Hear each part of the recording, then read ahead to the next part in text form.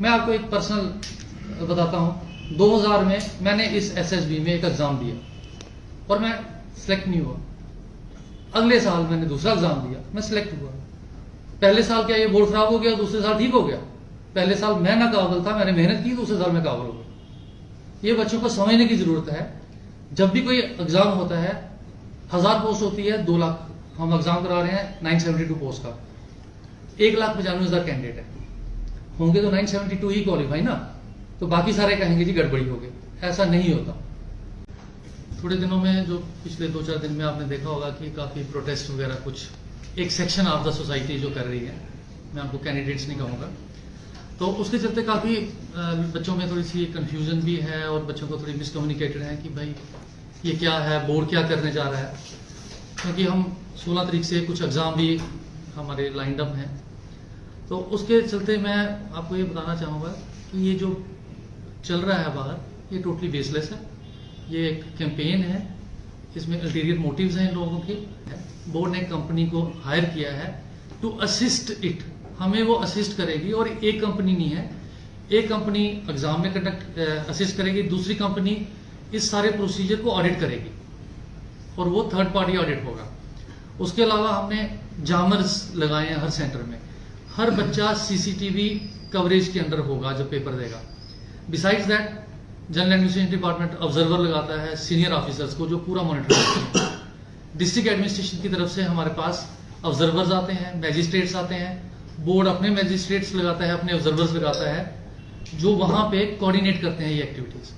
Police का इसमें इतना सपोर्ट रहता है कि डबल लेयर होती है फ्रिस्किंग की। और जिन बच्चों ने एग्जाम दिया है, आप अगर उनसे भी इंटरेक्ट करेंगे, मेरे पास यहाँ आते रहते हैं, मैं पूछता रहता हूँ कैसा है। एंड कल ही एक बच्चा आया था, उसने मुझे कहा कि स्टाफ सिलेक्शन कमीशन के एग्जाम से ज्यादा सख्ती आप लोगों ने यहाँ रखी थी।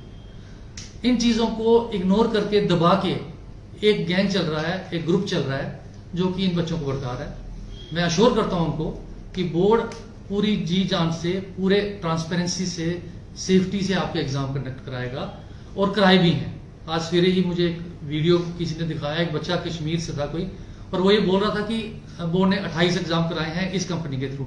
मुझे एग्जैक्टली नंबर याद नहीं था, उसी ने याद कराया और कहता है एक भी एग्जाम में अगर कोई गड़बड़ होगी मैं किसी में सिलेक्शन नहीं करवाऊंगा अपनी। इतना फेथ उस बच्चे को था क्योंकि बच्चों ने देखा है। जो बच्चे इन प्रोटेस्टर्स में हैं, जो इनमें इनके बहकावे में आ गए हैं, वो बच्चे भी जानते हैं कि यार बोर्ड अच्छी तरह से एग्जाम करा रहा है, इसमें कोई दो राय नहीं है। जब हमने टेंडरिंग प्रोसेस किया था इस कंपनी को, जिसके लिए हमने लाया, एक बड़ा ट्रांसपेरेंट तरीके से किया।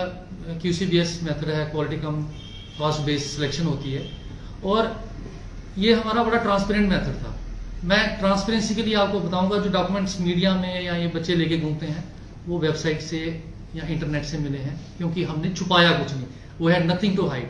Board was very clear, the purchase committee was very clear. उनका एम सिर्फ एक था, अच्छी तरह से टेंडरिंग प्रोसेस को किया जाए और एक ट्रांसपेरेंट तरीके से सिलेक्शन हो। हमारे पास 2 कंपनीज आई जो फाइनल स्टेज तक, जिनका हमने इवैल्यूएशन किया। ये टेक्निकल बिड थी और उसके बाद फाइनेंशियल बिड थी। कम्युलेटिव लेके हमें सिलेक्शन थी। ये कंपनी सारे पैरामीटर्स फिट करती थी।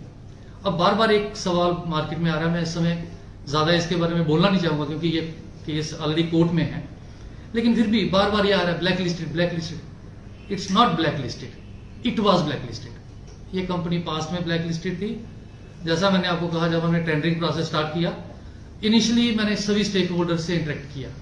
9 कंपनीज आई थी, उन्होंने प्रेजेंटेशन हमें कश्मीर में दी थी, और उनसे इंटरेक्शन के बाद जब हमने प्री बिड मीटिंग की, उसमें 5 कंपनीज आई।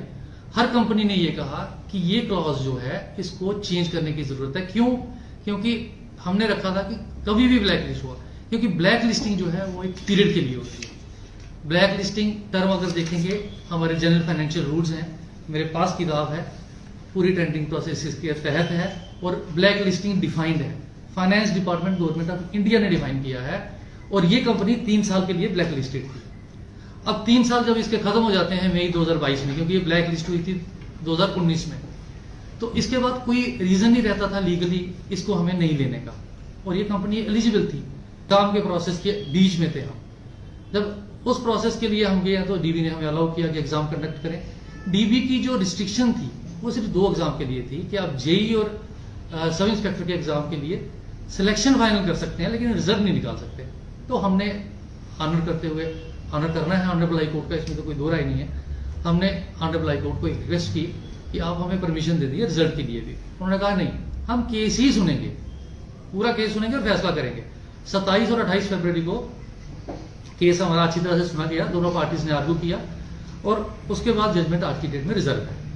ये अचानक क्या होता है कि 2-3 दिन से ये एक्टिव हो जाते हैं बच्चे हैं कि जो भी इनके पीछे हैं, क्यों एक्टिव होते हैं? क्या ये जजमेंट को इन्फ्लुएंस करना चाहते हैं? That is not good. वो एक ठीक तरह से काम नहीं है। एक हमारे एग्जाम हुए 29 नवंबर को, फिर दिसंबर में, फिर फरवरी में भी हुए।